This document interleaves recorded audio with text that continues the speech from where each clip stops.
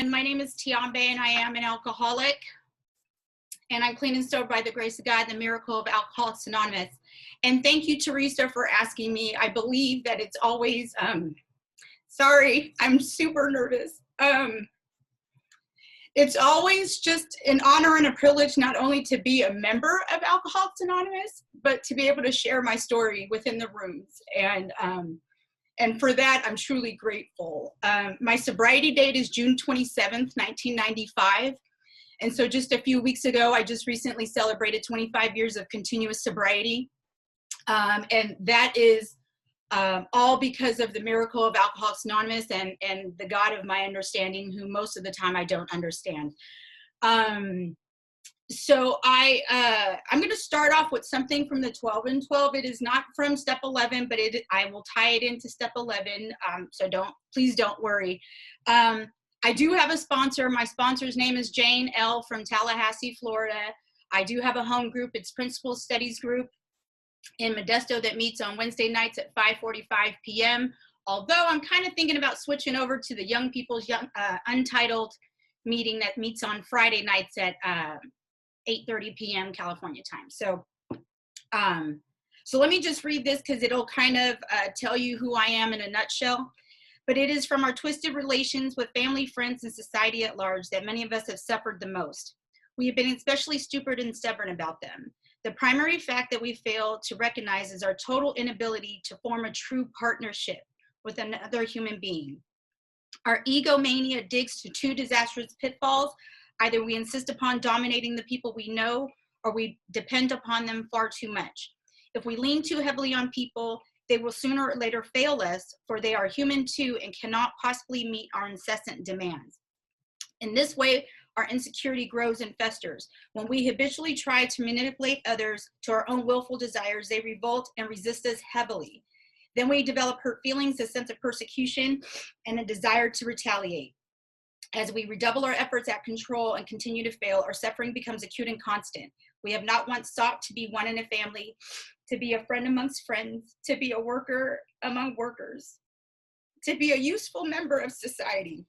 Always we try to struggle to the top of the heap or hide underneath it. This self-centered behavior blocked a partnership relation with any one of those about us. Of true brotherhood, we had small comprehension. And that's me in a nutshell. I was born and raised in San Jose, California. And when I was 5 years old, my mother told me she was going to the store and she'd be right back, and for me not to open the door for anyone. And that was the last time I saw her. So that left my father to raise me. So I grew up in what I like to call an all-American dysfunctional home. We put the fun in dysfunction. And I went to parochial school, and I grew up on the east side, and the east side of San Jose is all black and brown. And where I went to school at in Saratoga, it was all white, blonde hair, blue eyes, and people had money. And at this parochial school, it was going from Catholic to private while I was there. And I spent the first 9 years of my education at that school. And I always wanted to be like the other little girls. You know, I always wanted to be like them. I wanted to have the long hair. I wanted to have the blonde hair, the blue eyes. You know, I wanted a dad who drove a car. You know, my dad drove a motorcycle. And so he would drop me off at school. And, you know, it was like I was always looking at the differences. And little girls would ask me, you know, when mother-daughter days would come up, little girls would ask me, you know, where my mom was. And I just said, she's dead. I mean, like, I didn't know what else to say. Like, how do you say your mom went to Thrifty's and got lost on aisle 2? I mean, like, what do you say? And so I just said she's dead. And so I learned very early on how to manipulate situations. And I am an only child, so I don't know about that partnership with people. You know, I learned very early on how to manipulate, how to control, how to basically get the things that I needed to fix the things inside, you know. And my first drink was at the age of 7. And I remember it very clearly, like it was yesterday. My father was an avid, you know, boxing fan, and he would watch the Sugar Ray Leonard fights. And, you know, he would invite his buddies over, and we had like this Zenith TV that was kind of curved, and everybody would gather around it, and, you know, they would watch the fight or whatever. And my dad was not a drinker, but he like come over, and he would, you know, have family at the house. And so I remember one time, you know, they were having me clean up, and everybody was so lively. Everybody was so, they were loud, they were laughing, and all of that. And for whatever reason, I had never felt like any type of joy. And whether it be the abandonment of my mother, or, you know, not feeling like I fit in, I wanted what they had. And so I took a sip off of one of the Budweisers that was there, and it made me warm and fuzzy. And I was like, yeah, like this is kind of cool, you know, but nothing really happened. Nothing happened until I was like 12 years old. And one more time we had a situation at my school that it was like mother-daughter day, and we were learning like how to macrame or something. And I'm really telling my age there. And my dad showed up, and he showed up in his chaps, and, you know, and it was just very uncomfortable. And I remember going home, and my friend had came over, because her mom let her come over sometimes after school. And I was a latchkey kid. So, you know, so she came over, and I was crying, and it was telling her how embarrassed I was. And she was like, hey, let's go to the garage, and I got something for you. And so we smoked a Marlboro Red, and I choked, and I threw up, and I was like, oh my God, I need another one, you know? And that's exactly how I drank. Because right after that, the next week she came over, you know, we went and we boosted some Bartles and James, Strawberry Hill, and then we were off and running. And, you know, so that's really how my drinking started. And I started to do a lot of different things. You know, I started to, you know, I was definitely reaching outside of myself to fix something inside, that God-shaped hole that I would hear about when I first got sober. And I didn't know, you know, I was just doing what people were doing. And so what ended up happening is, I'm surprised I graduated high school. You know, by the time I reached high school, I was a daily drinker. My father had pulled me out of that parochial school that was in Saratoga, where there was nothing but Jaguars and Benzes. And I ended up going to school on the east side, and we had our own daycare. It was not for the community, it was for the students. So, you know, there was a lot, it was kind of like a lean on me moment, right? And you know, going back and getting into public school, you know, I didn't speak like the other kids. I looked like the other kids, but I didn't act like the other kids. And so that's when I started to try to become a chameleon, and whoever I was around, I wanted to be like, just so I could feel that void that was inside of me. So, you know, by the time I was in high school, I was a daily drinker, a lot of problems. And by the time I was 17 years old, I started at a party on the east side of San Jose. And when I woke up, I was at LaGuardia Airport in New York. And I remember sitting in my own vomit and in my own piss. And I was thinking, where am I? And back then we had a lot of payphones, and the payphones had the yellow pages and the white pages. And so I went and I started looking at where I was, and, you know, come to find out I was in New York. And I was like, wow, okay. I don't know how I got into this one, but, you know, and that wasn't odd for me to end up in different places by that time. And so I made a way. And you know, we as alcoholics, I believe, you know, I used to always tell people I was coming to visit, but I ended up moving in, you know, like I would just stay on their couch and eat their food and, you know, do all that stuff. And so I did that with a guy that I had like a one night stand with. I found him in the yellow pages or white pages, and I called him, and then I showed up at his doorstep, and then it was like, hey, I'm here. And so in New York, you know, I should tell you that my mother is not Black. She's mixed with Japanese and something else. So I don't quite know. We don't know. And my father's Black. So I always felt like I was either too Black or not Black enough in certain situations. And so when I got to New York, it was like, oh, there's a lot of people that's like my skin tone and my hair texture, and they're all Puerto Rican. And I was like, well, this is my answer I've been looking for. I finally fit in with a bunch of Puerto Ricans. And so yeah, no, because I didn't know lick of Spanish. All I could get out was que paso, you know, and so I would go to the Puerto Rican parades, and I would, you know, be drunk and passed out, and did a whole lot of stuff. And then, you know, a lot of that belligerent behavior, he no longer wanted me in his house. So, you know, I didn't know anybody in New York. And so I did what I naturally knew how to do.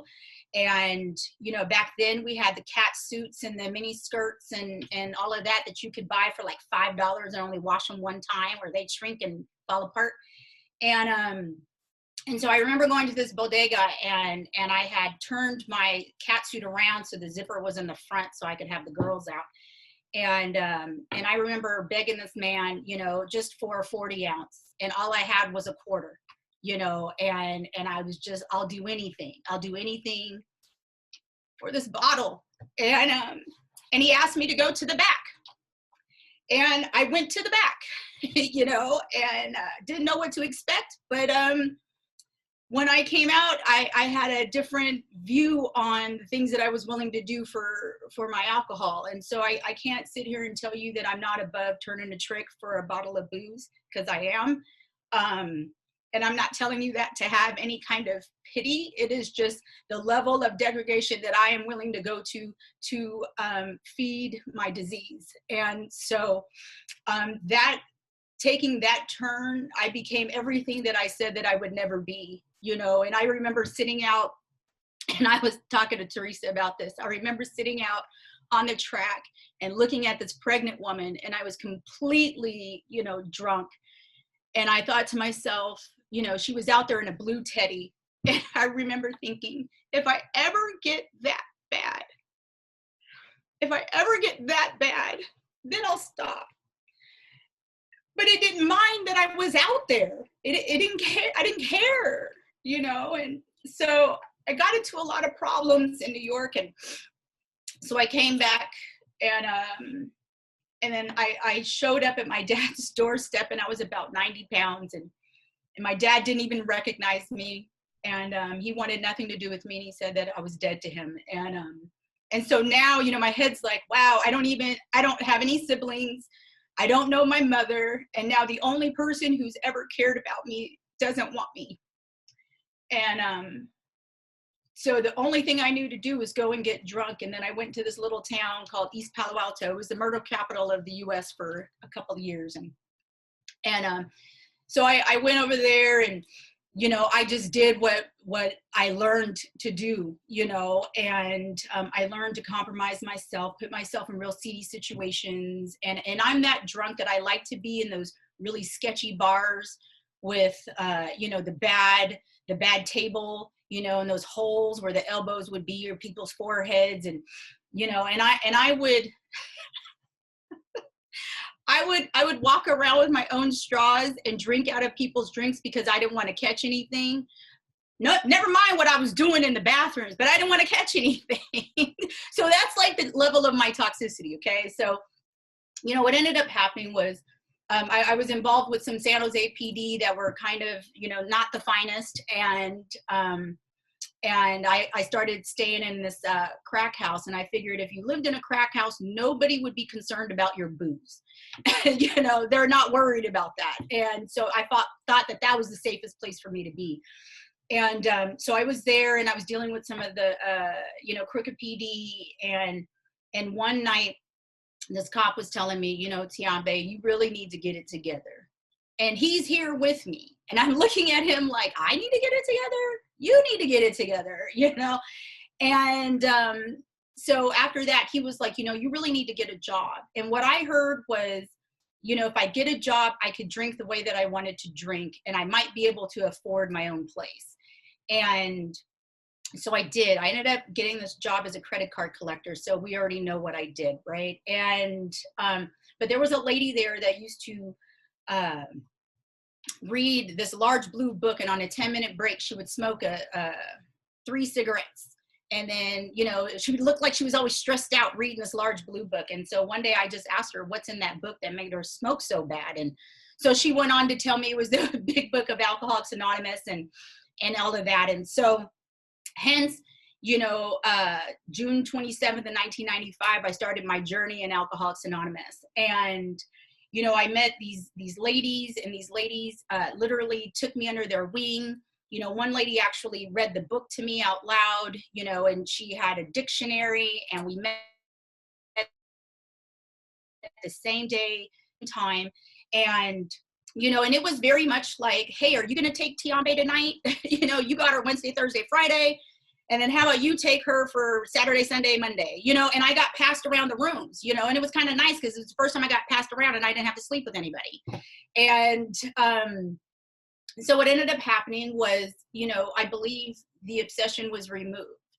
And then I started to get some clarity in my life about the way that I was living my life. And I can't sit here and tell you that I did everything perfect in my first year of sobriety. What I can tell you is that I didn't take a drink and I didn't take any mood altering substances, you know.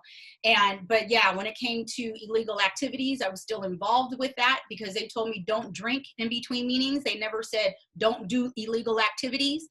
And it wasn't until I got deeper into the book, and especially into step 11, that it dawned on me that if I was going to live this way of life, then I needed to let go of all the things that was in that past life in the disease, right? You know, it talks about in the book, you know, to envision God's will in all of our activities, right? So when we do that, you know, illegal activities is not a vision that God wants me to participate in.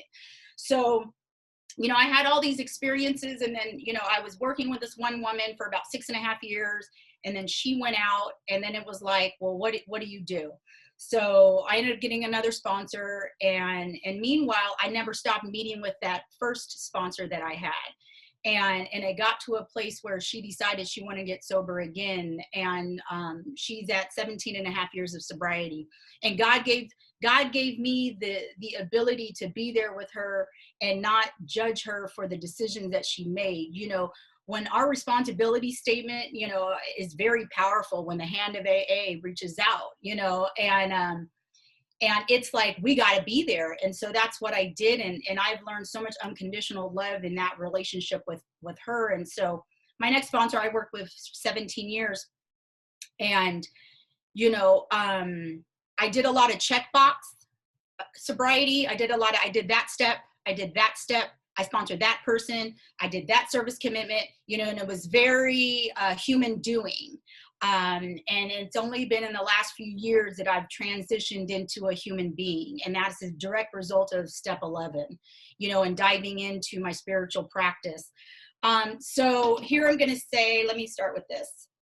It says, those of us who have come to make regular use of prayer would no more do it without it than we would refuse air, food, or sunshine. And for the same reason, when we refuse air, light, or food, the body suffers. And we turn away from meditation and prayer. We likewise deprive our minds, our emotions, and our intuitions of vitally needed support. As the body can fail its purpose for lack of nourishment, so can the soul. We all need the light of God's reality, the nourishment of his strength, and the atmosphere of his grace. To an amazing extent, of the facts of AA life confirm this ageless truth. So what that tells me is that I need God. Like I asked God, did you want me to put this on today? You know, like I'm very communicative with my higher power, because what I know is without my higher power in my life, I'm absolutely nothing. So here it says, there is a direct linkage amongst self-examination, meditation, and prayer. Taken separately, these practices can bring much relief and benefit. Then when they are logically related and interwoven, the result is an unshakable foundation for life. Now and then, we may be granted a glimpse of that ultimate reality, which is God's kingdom, and we'll be comforted and assured that our own destiny in that realm will be secure for so long as we try, however faultingly, to find and do the will of our own creator. So what that tells me is that I have to be accountable every day to not only myself, but to my higher power by taking a daily inventory.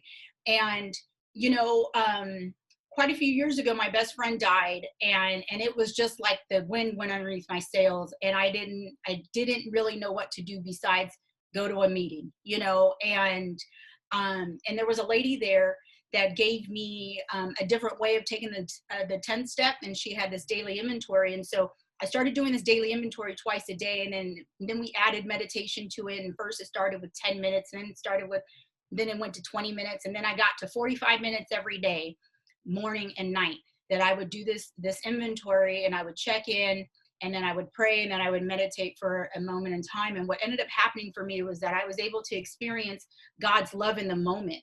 Like in the moment of me having the circus mind, you know, I don't know if you guys have that, but I have a tendency to get ramped up with circus music, and like something happens and all of a sudden I'm like, you know, and then it's like I'm off and running. So this inventory allowed me to kind of step back and have that, like that restraint of tongue and pen, and really reel back and get into a place of being humble and seeing that God actually has something in store for me. I don't know what it is, and I don't know where I'm going, but I know that I'm going somewhere good, right? So I had to get back into that place, and as that started to unfold for me, it became a different relationship that I was having with my higher power. It was more or less, let me have the experience, right? Rather than just the prayer, you know, and I could like focus on my breathing and the meditation and stuff. But now it's like, can I really get into each moment for what it is without looking at anything else? And can I experience where I can see my God in everything and in everyone, you know? And it's taken me a few years to get to that place, because here it says, they talk about the practice. Meditation is something which can always be further developed. It has no boundaries, either of width or height. It is essentially an individual adventure, something each one of us works out in his own way. So that means like, I actually have to continue to practice these things, right? I have to continue to show up and try something new. You know, 17 years of working with that same sponsor, I got to a place where I felt like, is this it? Is this all that's left? And because I had met her on my second day of sobriety, there was a level of, how do I say, not obligation, but I just felt like there was a certain level of loyalty, right? Like if she might be hurt if I let her go. And so what I did was I just started praying, and every morning I would pray and I would meditate, and I would ask God for if there is a woman out there that is supposed to sponsor me, please let our paths cross, and please let me know it when I see her, right? And so I did this prayer for 2 years, every morning and every night, and it was in my daily inventory. And you know, and I believe that, you know, prayers go up and blessings come down, and God, my higher power, puts people in my path. And it was kind of like when I first got sober, it was like the right person at the right time with the right message, right? And that actually peeled my whole human condition back and spoke to my heart. And so I had been praying this prayer for 2 years. And then I had gotten asked to speak at a NCCAA conference in Northern California, and I was a young people speaker because I got sober at 21. And so then I met this lady, and I met Jane, and it was just amazing to talk to her. And then when I heard her speak, it was like she split the room and was talking directly to me. And I hadn't had that experience since my first sponsor. And so it was like, God was like, hey, Timobe, that's her, you know, get her number, you know? And so I got her number, and at first we just kind of just started to get to know each other and talk a little bit. And I really dug the level of her spirituality. And so what ended up happening was, you know, I've dabbled in a lot of spiritual paths. Let me just say it like this, because I am a seeker. So I've been to temples, I've been to mosques, I've walked on labyrinths, I've done, you know, hugging the redwood trees in the Santa Cruz Mountains. Like if somebody has, you know, I've made little palm crosses in the Greek Orthodox Church, like, well, whoever is inviting me somewhere, I'm going, right? Because what I know is that there is a God out there and I'm not it. And, you know, whatever it is, I just need to continue to seek. And so it was so crazy. So I had, at one of the meetings that I attended, it was at a Catholic church. And then there was this like little novena charm, and it was a Padre Pio, St. Padre Pio. So I started doing that. And I'm like, okay, if this woman is supposed to be, you know, my sponsor, God, just like, I'm a dunce, like make it really clear. And so I did this novena, and, you know, she ended up calling me one day and she was like, hey, Timobe, you're kind of on my heart today. What's going on? How are you? And I just started crying, right? Because like, you know, God really shows up when we need him, and he's never on time. I mean, he's never late. We're the ones that are not on time, right? And so I just kind of started crying, and I started telling her everything that I was feeling, and that I know that I needed something different. And I really believe that if we don't go within, we go without. And I'm so devastated that I spent so many years going without, like just not taking a drink. That's not the kind of life that I want to live, right? Like I want to have a clear mind and a happy heart. And the only way that I get it is really in 10, 11, and 12, right? And so with 11, it was like, we dove into 11, and it has been so like, my shoulders are no longer at my ears.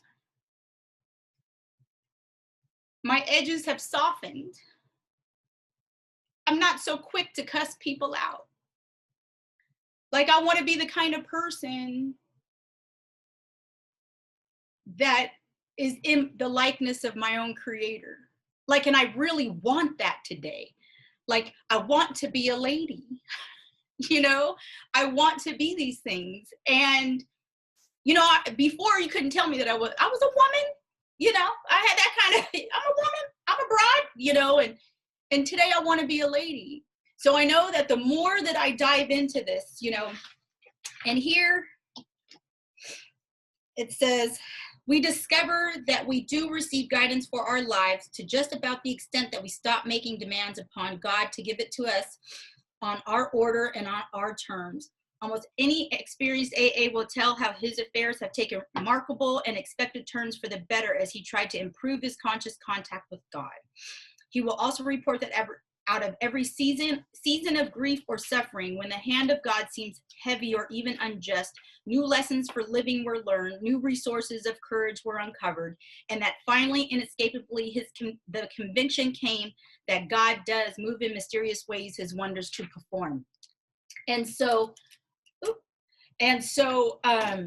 you know, that's where I'm at today. And what's happened is a few years ago, and this is, how do I say this? I believe that we will continue to go through the lesson until the lesson is learned.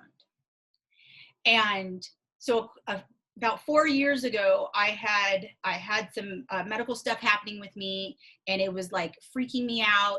And I was like writing inventories, and I'm trying to pray, but I couldn't get my mind to be quiet. But I wasn't trusting. Like I was doing everything that I was supposed to be doing, but I wasn't trusting. And this is what I really like about the unshakable foundation for life. And so what happened is that I went through a lot of emotional pain and everything, and ended up having surgery, and it was kind of wacky and whatever, but I stayed sober through it. And I remember telling myself, I never want to be like this again. Like if I ever have to go through something else, I really want to trust and feel safe in my higher power. Like I can't, I don't think I have it in me.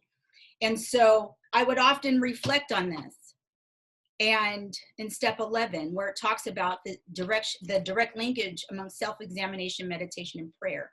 So the deeper that I got into those daily inventories, and they're coming out of the big book, And here it says, be quick to see where religious people are right. A lot of people quote that, but they forget the next sentence.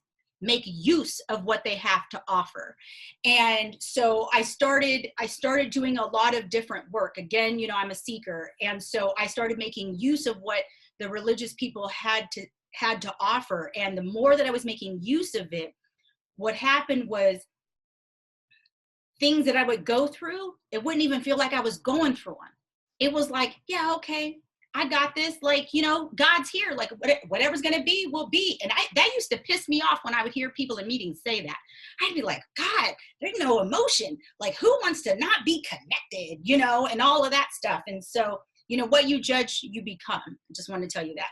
So what ended up happening was, last month, I had some physical problems, and I called my doctor, and so I was telling her what was going on. And so then I had a workup and all this other stuff. And she said, okay, Timobe, you know, it might be cancer. So let's do a biopsy. So she scheduled my biopsy.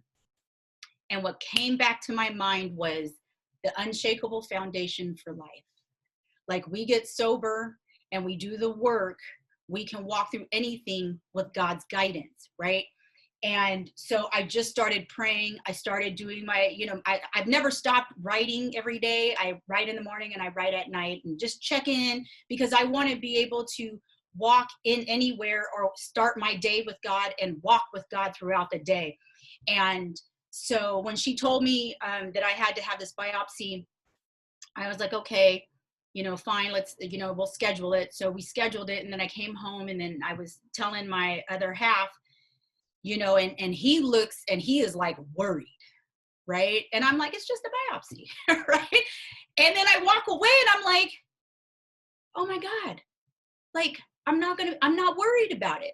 So I just continued to pray, and I continued to meditate and really ask God, like, it's one of those allow, release, and let go, right? Like, if I could just allow God to be in my life, and if I can release my human condition and I can release Timobe, then I can let everything go and the results will be his. And so I sat for a week until the biopsy came back, and she called me, and I do not have uterine cancer, you know, and I just got that call a few days ago. And so, you know, it's like, and then she says, well, we don't know what it is, but we'll figure it out. And I said, okay, that's cool, you know. And so how amazing is it that, you know, I really trusted God this time, you know, and sometimes I could just kick myself in the face for not doing it sooner, you know. So I just really, I'm just amazed at Alcoholics Anonymous. I cannot share how much that through all this walk that I've had, like, that I'm still here. You know, I'm 46 years old. You know, I told Teresa, I got a fan because now I'm starting to get hot flashes. And the last time I spoke, I ended up having a hot flash and then I was fanning myself with a DMV bill, and like, it was just crazy. And she said, Timobe, you need to go get you a fan. So I went and got me a fan. But it's like, I never knew that I would ever grow up in Alcoholics Anonymous. I never knew that I would live this type of life. And it is as a direct result of being willing, you know, really being willing to take a look at the things that need to be changed in me and stop looking at what needs to be changed in you, you know, and then getting into the meditation and asking, okay, so God, what do you want me to do today? How do you want me to live my life? You know, and I do want to be kind. I do want to be loving. I don't want people to fear me anymore. You know, and I spent a lot of years enjoying that, and I don't enjoy that today. You know, I just want to be a person that can love people in spite of their personality. You know, because there's a lot of people out there that do that for me. You know, I know I'm an acquired taste because I can get a little nutty. But I do want to share this really fast. Because I did go through this, and I think that it's important about the conversation of the unshakable foundation for life It says, all this should be very encouraging news for those who recoil from prayer because they do not believe in it or because they feel themselves cut off from God's help and direction. All of us, without exception, pass through times where we can pray only with the greatest exertion of will. Occasionally, we go even further than this. We are seized with a rebellion so sickening that we simply won't pray. When these things happen, we should not think too ill of ourselves. We should simply resume prayer as soon as we can, doing what we know to be good for us. And so there were times that I didn't pray, but I kept the active self-examination, because that was very key for me and really seeing the things that I needed to change about me, and more so to have different action. My old sponsor used to tell me, Timobe, the first thing that comes to your mind, don't do that. Go for number 11. She goes, let 10 thoughts pass through, and then your 11th thought, then that's what you should take a jump on. So, and I still do that, because a lot of times, my first thought is not being loving. I'm an alcoholic. I'm defiant by nature. So, but I do want to read something, and this really made a lot of sense. I'm sorry. I love the literature. Okay. So it says step 11 can keep us growing if we try hard and continue and work at it continually. This is AA approved literature. It is the language of the heart. As he goes along with his process of prayer, he begins to add up results. If he persists, he will almost surely find more serenity, more tolerance, less fear, and less anger. He will acquire a quiet courage the kind that doesn't strain him. He can look at so-called failure and success for what they really are. Problems and calamity will begin to mean instruction instead of destruction. He will feel freer and saner. That's me. That's totally me. It says his sense of purpose and of direction will increase. His tensions and anxiety will commence to fade. And that's really where I'm at today. So it says, when he has to deal with hard circumstances, he can face them and accept them. He can now accept himself and the world around him. He can do this because he now accepts a God who is all and who loves all. Thank you for 12-stepping me.